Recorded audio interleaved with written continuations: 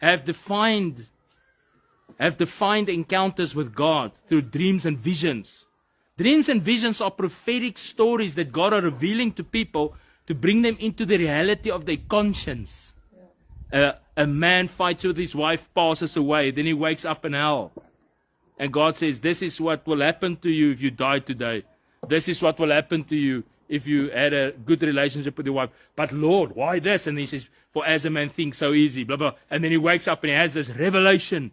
God met with him and he showed him. And therefore you must love everyone, not even have one evil thought or you're going to hell. And he defines a whole doctrine around an encounter through a dream or a vision. So met my? I'm not saying dreams and visions aren't true. I'm saying your encounter with God was where God had to deal in a loving way through his loving nature with your sinfulness to get you to let go of your sin and trust him. Okay? It might be different to every other person. God comes to Job, he speaks to him 2-3 times. He says, man will not listen.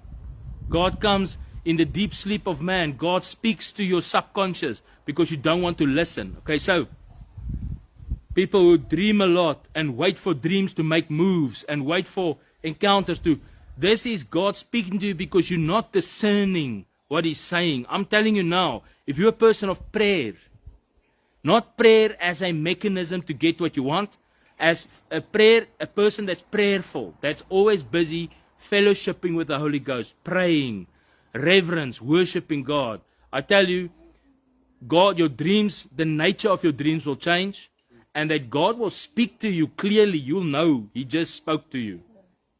You don't have to wait to fall asleep to meet God every time. Wag. Ek gaan slaap. Waar gaan jy nou heen? Ek gaan slaap. Ek wil die Here ontmoet. You know? Now I'm going to wait until Sunday. Then I can fall asleep in church, and then I can have an encounter with God. Now stay at home. You can sleep 6 times there. Okay? Have your encounters there. You met me? Okay? So there's an encounter that we have to have with God.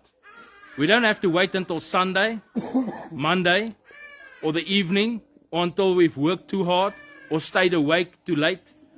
You met me? You can just have an encounter with God just by fellowshipping, spending time with his presence.